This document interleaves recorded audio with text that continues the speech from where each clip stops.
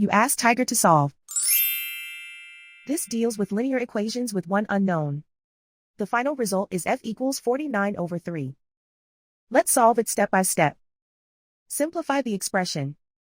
Find the greatest common factor of the numerator and denominator. Factor out and cancel the greatest common factor. Group all constants on the right side of the equation. Add 46/3 to both sides. Combine the fractions. Combine the numerators.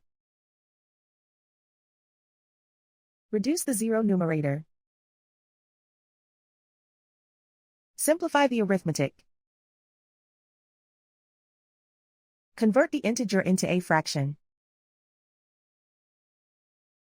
Combine the fractions. Combine the numerators. And so the final result is f equals 49/3.